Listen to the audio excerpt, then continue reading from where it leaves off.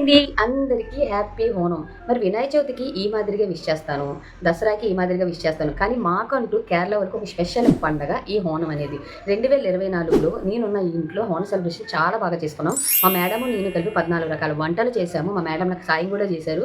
అంతేకాకుండా చక్కగా ట్రెడిషనల్ డ్రెస్సులు వేసుకున్న నలుగురు చాలా బాగా సెలబ్రేట్ చేసుకున్నాం. అందరం కలిపి డైనింగ్ టేబుల్ మీద ఆకు భోజనం కూడా చేశామంట లాస్ట్ ఇయర్ 2024లో. మరి ఈ సంవత్సరం 2025లో మా ఓనం ఎందుకు ఈ మాదిరిగా జరుగుతుంది? ఇంక ఇందులో ఒకటి చెప్పాలంటే ఒక పక్క నుంచి హ్యాపీ, ఒక పక్క నుంచి బాధ, ఈ రెండు కూడా మీతో షేర్ చేసుకోవడానికి ఈ వీడియో. మరి మా ఇల్లు చూసారు కదా ఎంత నిశ్శబ్దంగా ఉందో హోనంతో అనేది చూసేద్దాం. అంతా మనం చూడవలసింది కిచెన్లో చూసారు కదా అసలు వంట కార్యక్రమాలు ఏమీ చేసుకోలేదు మాట ఈరోజు నేను వండింది స్పెషల్గా ఏంటంటే 1 పప్పు 2 బీరకాయ, ఈ 2 నేను వండిన వంటలు మాట. ఇంక ఇది ఆల్రెడీ నేను కందనకాయలు తెచ్చారు మా సార్ నా కోసం స్పెషల్గా. నేనైతే అది కూర వండుకున్నాను. చేపలు అయితే ఉన్నాయన్నమాట, అది ఇంకా నేను ఈవినింగ్ ఫ్రై చేయాలి. ఇంకా మా ఇల్లు చూసారు కదా ఎంత నిశ్శబ్దంగా ఉందో. యాక్చువల్గా మేము హోనం చేస్తే ఇక్కడంతా పువ్వులు డెకరేషన్ చేసి ఇవన్నీ సైడ్కి తీసేసి పువ్వులు డెకరేషన్ చేసి చాలా పెద్ద పండగలా చేసుకుంటాం. మా బొడ్డు అయితే చాలా బిజీగా ఉంది. సే హాయ్ ఎల్లరికి హ్యాపీ ఓనం పరా వర్షపరా హ్యాపీ ఓనం. చూసారు కదా ఇంకైతే ఎవరు కూడా లేరు ఇక్కడ. మా సార్ నైట్ డ్యూటీ చూసి పడుతున్నారు. చూసారు కదా ఎంత నిశ్శబ్దంగా ఉందో.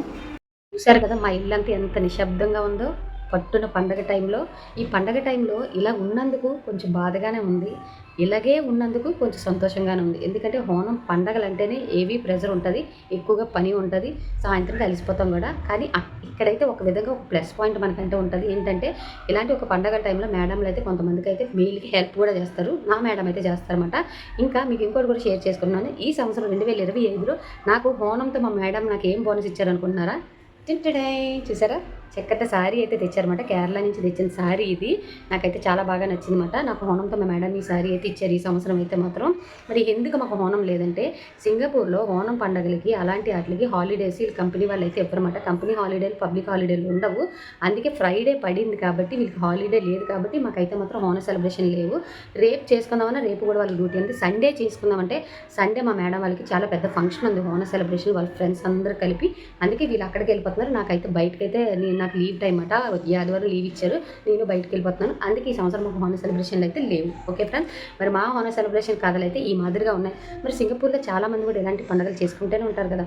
ఉంటే మాత్రం మీరు ఎలా చేసుకోరు అనేది మర్చిపోకుండా నాకు కామెంట్లో తెలియజేయండి. మరి అందరికీ వన్స్ అగైన్ హ్యాపీ హోనం.